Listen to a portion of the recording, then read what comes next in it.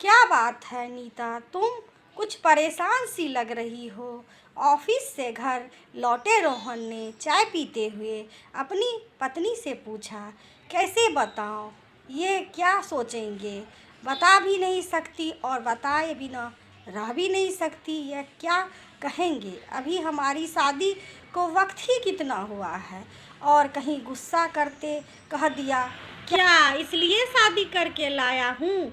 तो नहीं नहीं, दादी ने कहा था पहले पति की सुनना और करना, जब बहुत ज़रूरी हो तभी अपनी कहना, बहुत ज़रूरी हो तभी अपनी कहना। जी नहीं नहीं, वे थोड़ी सी थकावट है, नीता बोली। पक्का, पर मुझे तो कुछ और लग रहा है। जी नहीं, तो बिल्कुल यही बात है। वे नई नई आई हूँ ना शहर में, तो एडजस्ट करने में थोड़ा सा वक्त लग रहा है। अभी महीना भर ही तो हुआ था रोहन और रीता की शादी को। रोहन जहाँ एक अनाथ लड़का था, अच्छे सरकारी पद पर था, वहीं नीता एक छोटे से गांव में पली बड़ी साधारण सी लड़की।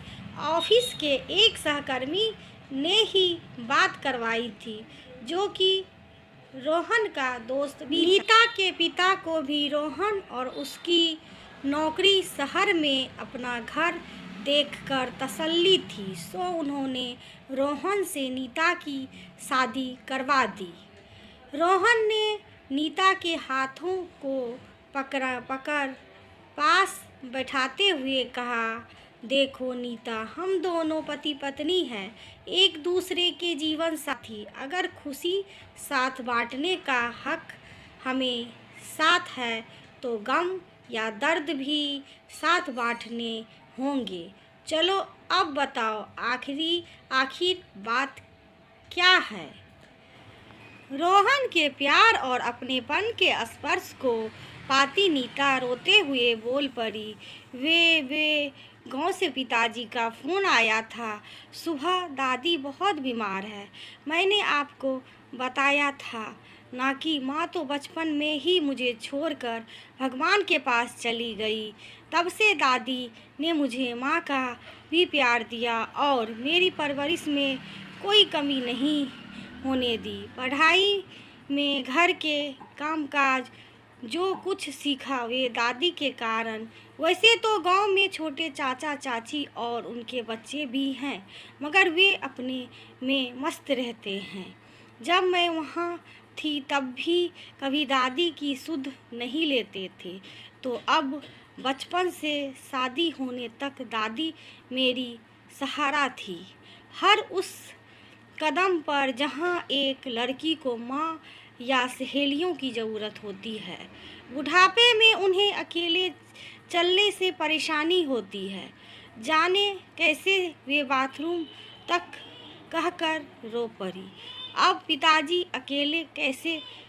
ओहो, तो यह बात है, तो इसमें रोने वाली क्या बात है नीता।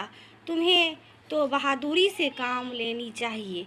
देखो, मैं सुबह ऑफिस चला जाता हूँ, शाम तक लौटता हूँ, पीछे से तुम अकेली रह जाती हो, तो हम ऐसा करते हैं कि दादी और पिताजी को यहाँ ले आते हैं। यहाँ उनका सही से इलाज भी हो जाएगा और तुम्हें तुम्हारी सहेली भी मिल जाएगी। क्यों, सही है ना। पर यहाँ ऐसे आपको परेशानी, मेरा मतलब है वे नीता, तुम्हारे पिताजी मेरे भी तो पिताजी हैं, और दादी भी मेरी दादी। अभी तुम ही तो कहा बचपन से तुम्हारी दादी तुम्हारा सहारा थी। जब तुम्हें उनकी ज़रूरत थी, तो आज उन्हें तुम्हारी ज़रूरत है, तो तुम उनका सहारा बनो, उन्हें यहाँ लाकर उनकी सेवा करके। और नीता, यह जीवन है ही एक दूसरे का सहारा बनने का। ऐसे ही सहारों से ही तो जीवन आसानी और खुशियों से व्यस्तता होता है।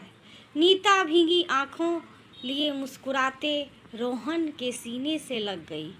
दोस्तों, यही तो जीवन है, तो आप भी बनिए सहारा एक दूसरे का।